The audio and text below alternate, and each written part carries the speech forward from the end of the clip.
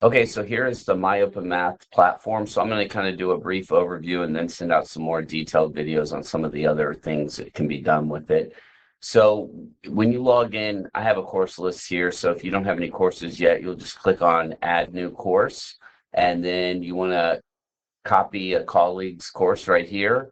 And then right here, I'll give you an ID to look up, and there'll also be a code for it. And so that should be in the email you received. So once we do that, let me go back. And then this is the shell that I'm sending out to everybody right here. And so let me click on that. And so here, when you first get in here, this is your instructor contact information. So you want to go here and go to modify, and you can go ahead and put in your information right here. Course materials, I have the OpenStax link right here. It's a pretty good textbook. I use that as a reference as I kind of built the shell. And if you ever want to kind of look and see what it looks like from the student's perspective, you can click right here on student. And so you can kind of see this is what the student will see when they log in.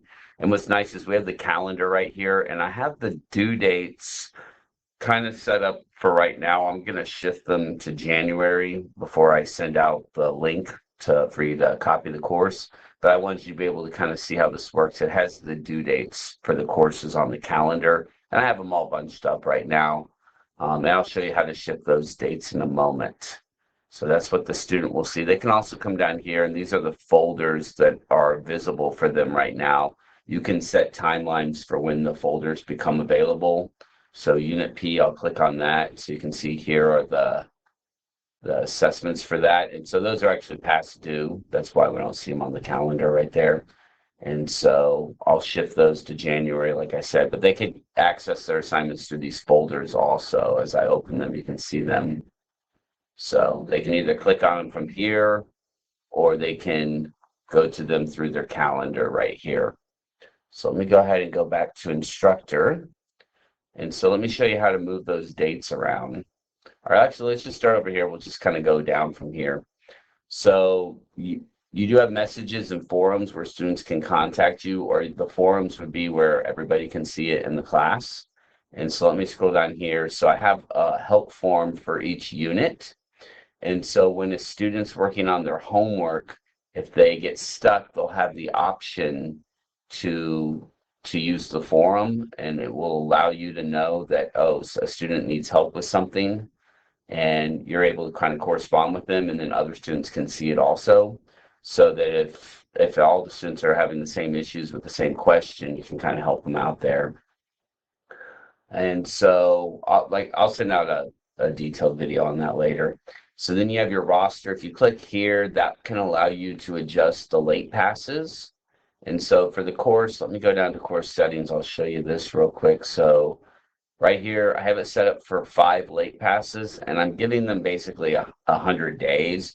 And the reason I do that is because if you only give them 48 hours or whatever it is, that time starts from the original due date. So let's say they come back a week later and try to use a late pass, it won't work if it's only set up for 48 hours, or even if you have it set up for a week, it won't work. So I just set it up for 2,400 hours, basically 100 days from the original due date. So that should cover most of the semester. And so I start out with 5. If you want to give more, it's up to you, or less. So I find that helpful. I'm not having them always contact me asking to reopen something. You can also set it up to where they get penalized for using late passes. I don't think I have it set up that way here, so you shouldn't have to worry about that. But if you go to roster, they have a thing right here where you can manage late passes. So if you want to add some, however you want to do that. Also, this is where you can lock students out if you need to. So if a student was dropped, and you want to lock their account so they can't continue to work in there. So gradebook right here, I have the gradebook set up 20% homework, 60% exams, and the final exam is also 20%. And so if you want to adjust any of that, you just go to settings right here. And so here's my regular exams, final exam, and homework. And then if you want to drop a lowest grade or whatever, you can adjust that here. Okay, calendar, we already looked at that. I'm not really sure about course map. I've never really dealt with that. Um, let's see. Okay, uh, copy from, sometimes that can be helpful. So if you have another shell going and you decide you want to import something, you can copy something from another course. So if I click on that, it's probably going to be from one of your own courses. So I'll click my course, and I'm just going to randomly click one of these. I'll just click this one here, and now I'll go to select course item, and it will bring up, do I want to copy the whole course or a select item? So I'll do select item. And so it pops up here, and I can pick if there's a certain assignment I want to import. And so if you do import an assignment, it'll put it at the bottom of all your folders. So I'm going to go ahead and I'll import this assignment, and I'll just delete it in a minute.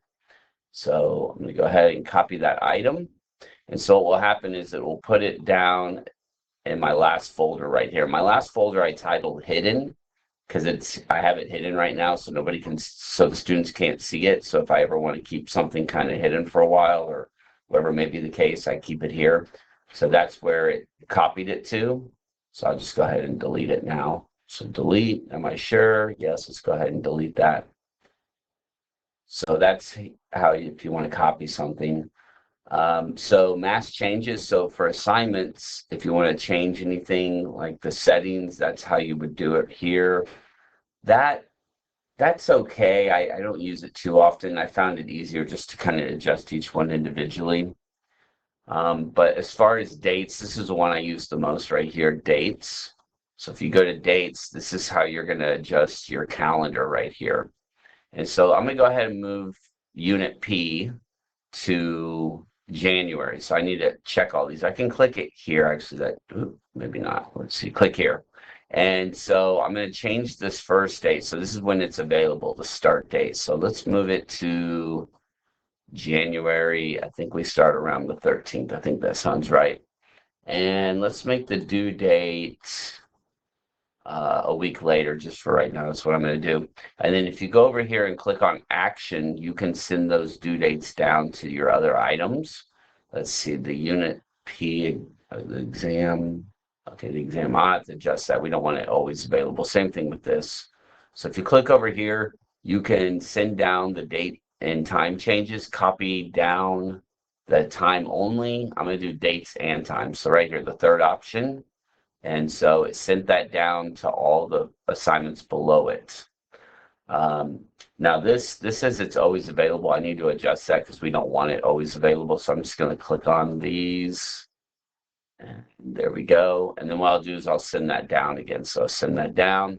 Now for my exam though, I probably don't want that exam available too early. I need to probably move that around. So just kind of trying to show you how you can adjust the dates. So I'm going to do that. Now, what's really important though is once you're done adjusting your dates, you need to scroll to the bottom and hit Save Changes. So I'm going to hit Save Changes, and I'm going to go to my calendar. Let's look into January to where maybe we can see this. There's January.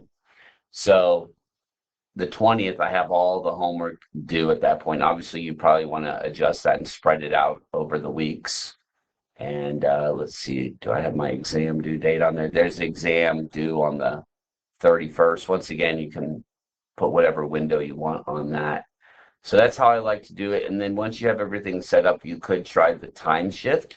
So you could shift everything by a certain number of dates or whatever. So change, basically this will move all the dates. Let's see, final. Okay. Maybe that's only going to do one at a time. Let's see this page. Oh, you're picking which assignment. I see how that works. So you would want to pick maybe the first assignment of the course. Oh, well, probably P1, whatever. There we go. And so it's going to be based off of this date, and then it will shift all the other dates according to that, it looks like. So you're going to pick the date that you want. So let's see. I'm going to pick this one to be January, what we say, 13th. But it's already, let's see, available. So it's already available on that date. So if I do that, that won't really change anything. So, but in the future, once you have everything set up and you think you have the dates how you like it, that might be something to help you from semester to semester to kind of keep it simple. Okay, so I think that covers that. Let's see. So I'll send out some more videos. I don't want to make these videos too long. I want to make each one just, 5 to 10 minutes to show you just different things. So I'm going to go in a minute and I'll show you some videos on how to create the assignments and all that kind of stuff.